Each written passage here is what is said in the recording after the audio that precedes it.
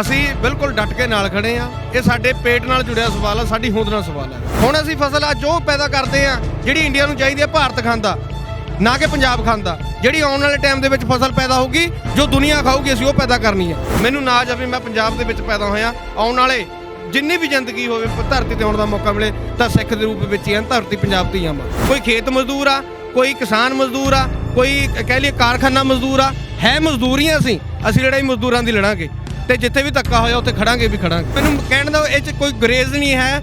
ਜੇ ਕਦੇ ਕਿਸਾਨ ਸਾਡੇ ਪਿੰਡਾਂ ਦੇ ਵਿੱਚ ਸਾਡਾ ਭਾਈਚਾਰਾ ਇੰਨਾ ਮਜ਼ਬੂਤ ਆ ਤਾਂ ਮੈਂ ਅੱਜ ਧਰਨੇ ਦੇ ਉੱਤੇ ਸ਼ਮੂਲੀਅਤ ਦੇਣ ਆਇਆ। ਜੇ ਮੇਰੇ ਘਰੇ ਹੀ ਆਟਾ ਮੁੱਕਿਆ ਹੁੰਦਾ ਢੋਲੀ ਚੋਂ ਤਾਂ ਹੋ ਸਕਦਾ ਸੀ ਮੈਂ ਘਰੇ ਹੀ ਰਹਿੰਦਾ। किसान मजदूर एकता जिंदाबाद। किसान मजदूर एकता जिंदाबाद ਦੇ ਤੁਸੀਂ ਨਾਰੇ ਅਕਸਰ ਸੁਣੇ ਹੋਣੇ ਦੋਸਤੋ, ਔਰ ਹੁਣ ਤਾਂ ਲਾਜ਼ਮੀ ਹੀ ਸੁਣੇ ਹੋਣੇ। ਇਸ ਵਕਤ ਮਾਹੌਲ ਹੀ ਐਸਾ ਬਣਿਆ ਹੋਇਆ, ਤੂਫਾਨ ਆਇਆ ਹੋਇਆ। ਲੇਕਿਨ ਕਿਸਾਨਾਂ ਦੀ ਤਾਂ ਅਸੀਂ ਅਕਸਰ ਹੀ ਗੱਲਬਾਤ ਕਰਦੇ ਰਹਿੰਦੇ ਹਾਂ, ਪਰ ਮਜ਼ਦੂਰ ਵਰਗ ਦੀ ਗੱਲਬਾਤ ਬਹੁਤ ਘੱਟ ਹੋ ਰਹੀ ਹੈ ਦੋਸਤੋ। ਸੋ ਇਸ ਵਕਤ ਮਜ਼ਦੂਰਾਂ ਦੀ ਨੁਮਾਇੰਦਗੀ ਕਰਨ ਵਾਸਤੇ ਮੇਰੇ ਨਾਲ ਇੱਕ ਖਾਸ ਸ਼ਖਸੀਅਤ ਮੌਜੂਦ ਨੇ, ਔਰ ਇੱਥੇ ਦੱਸਦੀ ਹੈ ਕਿ ਸਿਰਫ ਕਿਸਾਨ ਨਹੀਂ, ਤੁਹਾਨੂੰ ਪਤਾ ਲੱਗ ਗਿਆ ਹੋਣਾ ਕਿ ਸਿਰਫ ਕਿਸਾਨ ਨਹੀਂ ਪਹੁੰਚੇ ਹੋਏ। ਮੈਂ ਕਹਿੰਦਾ ਕਿ ਦੁਨੀਆ ਦਾ ਕੋਈ ਇਹੋ ਜਿਹਾ ਅਦਾਰਾ ਹੀ ਨਹੀਂ, ਕੋਈ ਇਹੋ ਜਿਹਾ ਵਰਗ ਹੀ ਨਹੀਂ ਹੈਗਾ ਬਚਿਆ ਇਸ ਵਕਤ ਕਿ ਜਿਹੜਾ ਇੱਥੇ ਨਾ ਪਹੁੰਚਿਆ ਹੋਵੇ। ਔਰ ਬਾਈ ਜੀ ਹੋਰੀ ਵੀ ਆਏ ਨੇ, ਸਿਮਰਦੀਪ ਸਿੰਘ ਦਬੁਰਜੀ, ਗੱਲ ਕਰ ਲੈਂਦੇ ਆ ਜੀ। ਬਾਈ ਜੀ ਸਭ ਤੋਂ ਪਹਿਲਾਂ ਸਤਿ ਸ਼੍ਰੀ ਅਕਾਲ। ਸਤਿ ਸ਼੍ਰੀ ਅਕਾਲ ਜੀ। ਬਾਈ ਜੀ ਤੁਸੀਂ ਨੁਮਾਇੰਦਗੀ ਕਰਦੇ ਹੋ ਜਿੱਦਾਂ ਮਜ਼ਦੂਰ ਵਰਗ ਦੀ, ਤੇ ਅਸੀਂ ਅਕਸਰ ਜਿੱਦਾਂ ਕਿਸਾਨ ਆਗੂਆਂ ਦੀ ਨਾਲ ਅਸੀਂ ਬਹੁਤ ਮੀਟਿੰਗਾਂ ਕੀਤੀਆਂ ਹੈਗੀਆਂ, ਕਿਸਾਨਾਂ ਦੀ ਗੱਲ ਹੁੰਦੀ ਹੈ ਔਰ ਮਾਮਲਾ ਸਾਰੇ ਨਾਲ ਜੁੜਿਆ ਹੋਇਆ ਹੈ। ਲੇਕਿਨ ਇੱਕ ਤਬਕਾ ਹੈਗਾ ਮਜ਼ਦੂਰਾਂ ਦਾ ਜਿਹੜਾ ਕਿਤੇ ਨਾ ਕਿਤੇ, ਅਸੀਂ ਕੋਸ਼ਿਸ਼ ਤਾਂ ਬਹੁਤ ਕਰਦੇ ਹਾਂ ਸਾਹਮਣੇ ਲੈ ਕੇ ਆਉਣ ਦੀ, ਪਰ ਫਿਰ ਵੀ ਕਿਤੇ ਨਾ ਕਿਤੇ ਹਲੇ ਵੀ ਪਿੱਛੇ ਰਹਿ ਜਾਂਦਾ ਉਹ ਮਾਮਲਾ। ਕੀ ਕਹਿਣਾ ਚਾਹੋਗੇ ਸਭ ਤੋਂ ਪਹਿਲਾਂ ਇਸ ਚੀਜ਼ ਨੂੰ? ਸਭ ਤੋਂ ਪਹਿਲਾਂ ਮੈਂ ਧੰਨਵਾਦ ਕਰਦਾ ਤੁਹਾਡੇ ਵਰਗੇ ਵੀਰਾਂ ਦਾ, ਨੌਜਵਾਨਾਂ ਦਾ ਜਿਹੜੇ ਸਾਥ ਦਿੰਦੇ ਆ।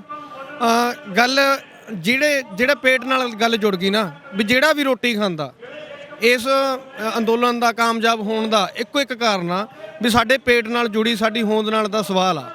ਜਦੋਂ ਸਾਡੀ ਪੇਟ ਨਾਲ ਸਵਾਲ ਆ ਜਾਂਦਾ ਤਾਂ ਉੱਥੇ ਚਾਹੇ ਮਜ਼ਦੂਰ ਆ ਰੋਟੀ ਤਾਂ ਉਹ ਵੀ ਖਾਂਦਾ।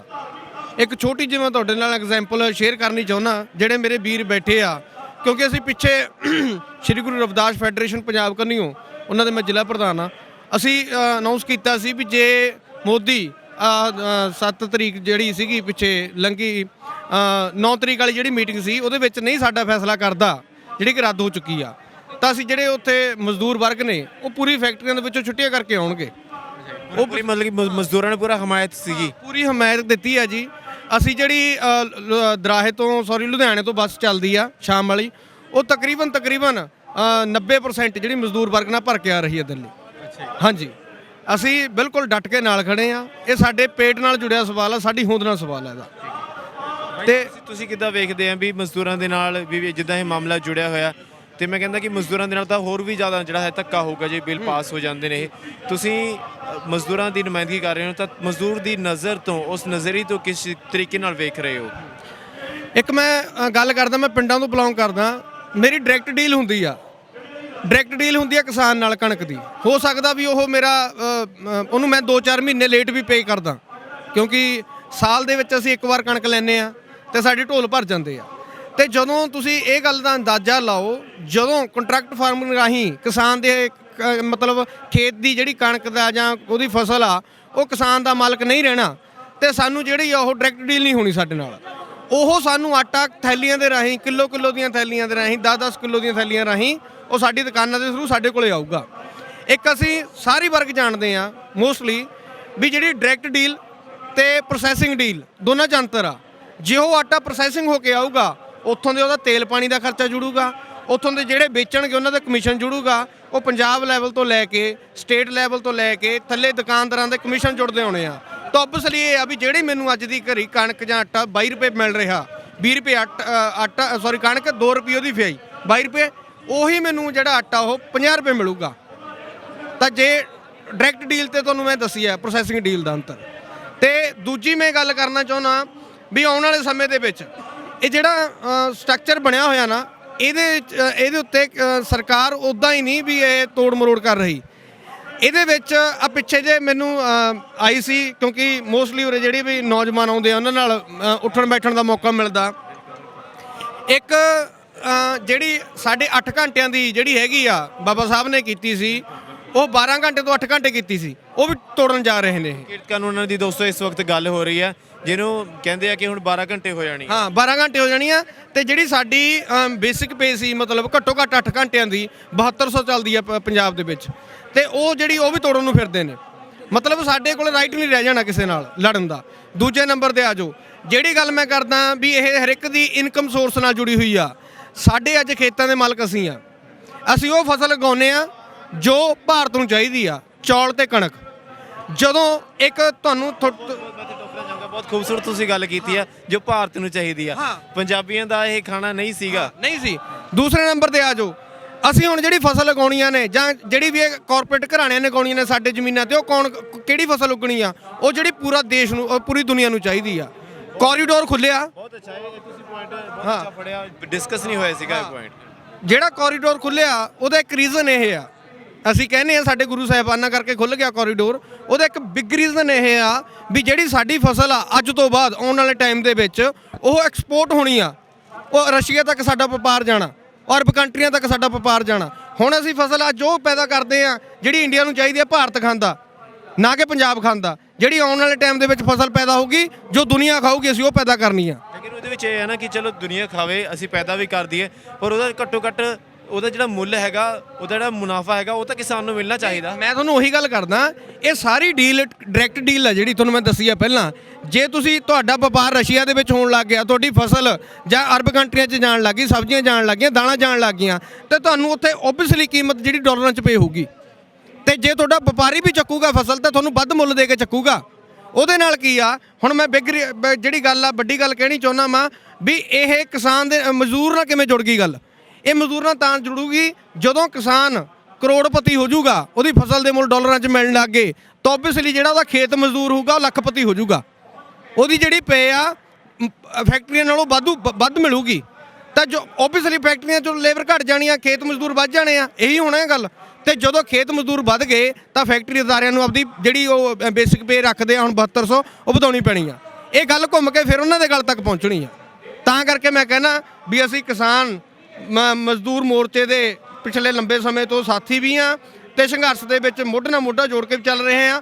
ਕਿਉਂਕਿ ਇੱਕ ਅਦਾਰਾ ਨਹੀਂ ਹੈ, ਸਾਰੇ ਅਦਾਰੇ ਮੋਸਟਲੀ ਇੱਕ ਕਹਿੰਦੇ ਹੁੰਦੇ ਆ। ਗੁਰੂ ਸਾਹਿਬ ਨੇ ਤਾਂ ਸਾਰਿਆਂ ਨੂੰ ਇੱਕ ਕੀਤਾ ਸੀ, ਉਦੋਂ ਵੀ ਵੱਖ-ਵੱਖ ਪ੍ਰਾਂਤਾਂ ਨੇ, ਵੱਖ-ਵੱਖ ਮਜ਼ਹਬਾਂ ਨੇ, ਵੱਖ-ਵੱਖ ਧਰਮਾਂ ਨੇ ਸਹਿਯੋਗ ਕਰਕੇ ਇੱਕ ਖਾਲਸਾ ਪੰਥ ਦੀ ਸਥਾਪਨਾ ਕੀਤੀ ਸੀ। ਮੈਨੂੰ ਨਾਜ਼ ਆ ਵੀ ਮੈਂ ਪੰਜਾਬ ਦੇ ਵਿੱਚ ਪੈਦਾ ਹੋਇਆ। ਆਉਣ ਵਾਲੇ ਜਿੰਨੀ ਵੀ ਜ਼ਿੰਦਗੀ ਹੋਵੇ, ਧਰਤੀ ਤੇ ਆਉਣ ਦਾ ਮੌਕਾ ਮਿਲੇ, ਤਾਂ ਸਿੱਖ ਦੇ ਰੂਪ ਵਿੱਚ ਹੀ ਧਰਤੀ ਪੰਜਾਬ ਤੇ ਆਵਾਂ। ਸਾਡੀ ਹੋਣ ਦੀ ਲੜਾਈ ਆ, ਅਸੀਂ ਡਟੇ ਰਹਾਂਗੇ।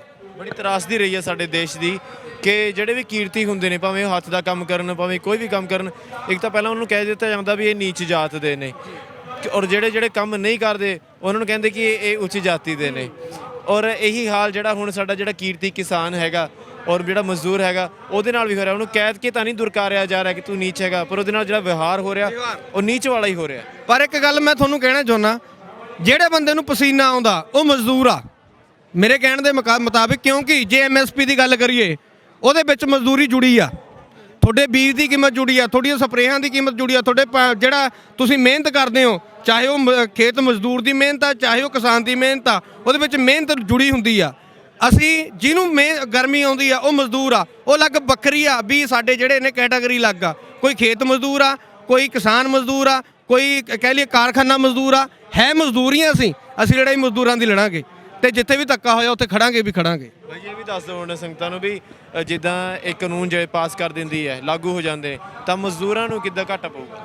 ਨਹੀਂ, ਮਜ਼ਦੂਰਾਂ ਨੂੰ ਮੈਂ ਤੁਹਾਨੂੰ ਪਹਿਲਾਂ ਹੀ ਕਿਹਾ ਵੀ ਮੇਰੀ ਡਾਇਰੈਕਟ ਡੀਲ ਜਿਹੜੀ ਹੋ ਰਹੀ ਆ ਫਸਲ ਦੀ, ਓਬਵੀਅਸਲੀ ਡਾਇਰੈਕਟ ਡੀਲ ਦੇ ਵਿੱਚ ਮੈਨੂੰ ਬਿਨਾਂ ਕਿਸੇ ਕਮਿਸ਼ਨ ਤੋਂ ਮੇਰੇ ਕੋਲ ਸਿੱਧੀ ਫਸਲ ਪਹੁੰਚਦੀ ਆ।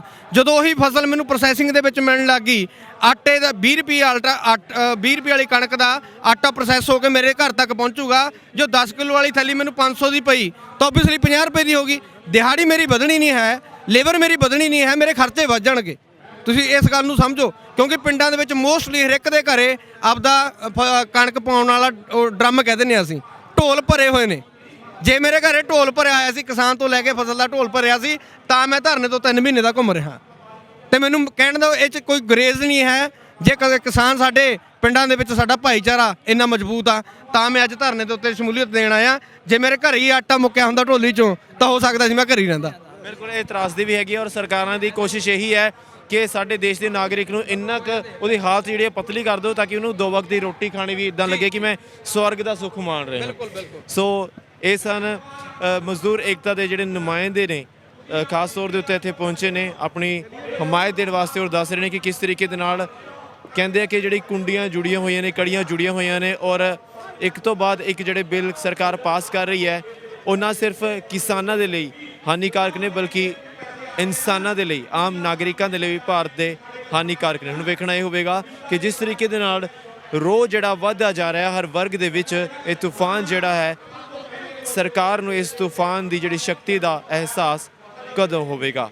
ਕੈਮਰਾਮੈਨ ਕੁਲਵਿੰਦਰ ਸਿੰਘ ਦੇ ਨਾਲ ਮਨਦੀਪ ਸਿੰਘ, ਨਿਰਪੱਖ ਪੋਸਟ, ਖਬਰ ਦੀ ਨਿਰਪੱਖ ਆਵਾਜ਼। ਧੰਨਵਾਦ। ਪੰਜਾਬ ਅਤੇ ਪੰਜਾਬੀਅਤ ਨਾਲ ਜੁੜਿਆ ਹਰ ਮੁੱਦਾ, ਹਰ ਖਬਰ ਨਿਰਪੱਖ ਤਰੀਕੇ ਨਾਲ ਤੁਹਾਡੇ ਤੱਕ ਪਹੁੰਚਣ ਦੀ ਕੋਸ਼ਿਸ਼ ਵਿੱਚ ਤੁਸੀਂ ਵੀ ਦੇਵੋ ਸਾਡਾ ਸਾਥ। ਤਾਂ ਹੁਣੇ ਲਾਈਕ ਕਰੋ ਸਾਡਾ ਫੇਸਬੁੱਕ ਪੇਜ, ਸਬਸਕ੍ਰਾਈਬ ਕਰੋ YouTube ਤੇ ਅਤੇ ਫੋਲੋ ਕਰੋ ਇੰਸਟਾ ਅਤੇ ਟਵਿੱਟਰ ਤੇ ਨਿਰਪੱਖ ਪੋਸਟ। ਖਬਰ ਦੀ ਨਿਰਪੱਖ ਆਵਾਜ਼ ਵਿਜ਼ਿਟ ਕਰੋ www.nirpakhpost.com।